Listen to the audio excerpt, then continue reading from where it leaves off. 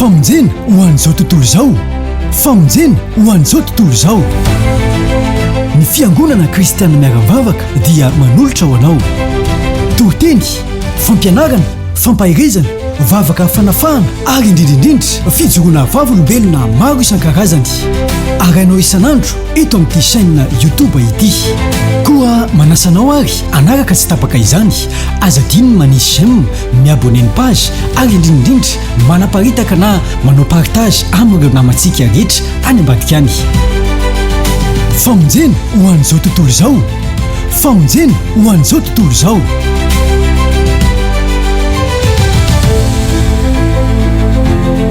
Avy any synagoga anjojorobe.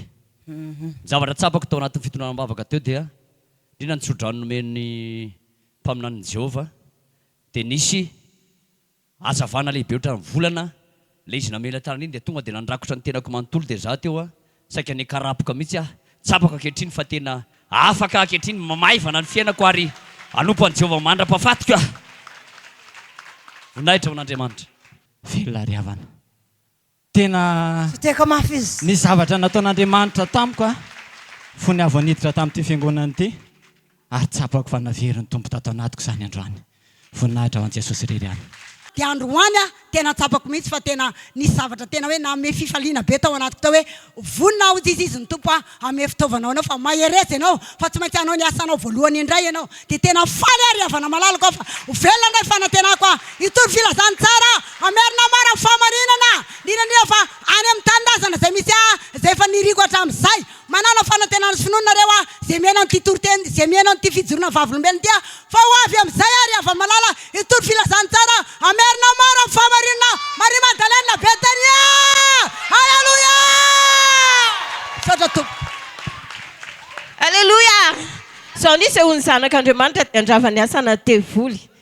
Raha Jehova ny Andriamanitra dia manara azy, fa raha ibala kosa dia manara azy. Faoka ny Andriamanitra izay mamaly amin'ny afisiny atao hoe Andriamanitra. Halleluja! Voninahitra ho an'i Jehova Andriamanitra irery ihany no afaka mijoro vavolombelona fa ny zavatra noraisiko tamin'ny fitoam-bavaka nataon'ny finoana teo dia misy famirapiratana tahaky ny volamena mangano hoany ny tarehany ary etsy amin'ny pilipitra izy no milaza manao ohatr'izao. Mino fa fahatsarahan'Andriamanitra izany mandalo amintsika tsirairay aby dia matoky fa izy voninahitr'Andriamanitra lehibe ao amintsika tsirairay. Janahary tilon'i Jehova voninahitra moa zany ho an'i Jehova Andriamanitra Jesosy Tompo ary ny fanahy masina dia isaorana ihany koa fa tonga teto ny finoana.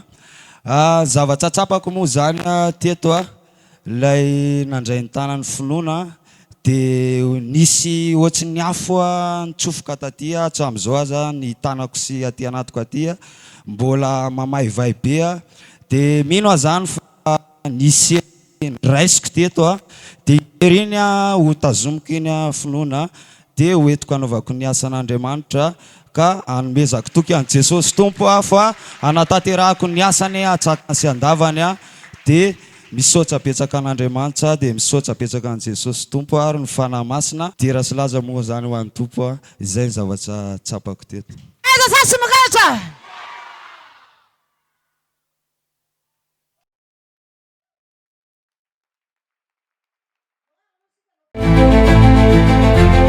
Famonjena ho an'izao tontolo izao, famonjena ho an'izao tontolo izao. Ny fiangonana kristianina miara-mivavaka dia manolotra ho anao. Tohiteny, fampianarana, fampahirizana, vavaka fanafahana ary indrindrindrindra fijoroana vavolombelona maro isan-karazany. Arainao isan'andro eto amin'ity chaîne YouTube ity.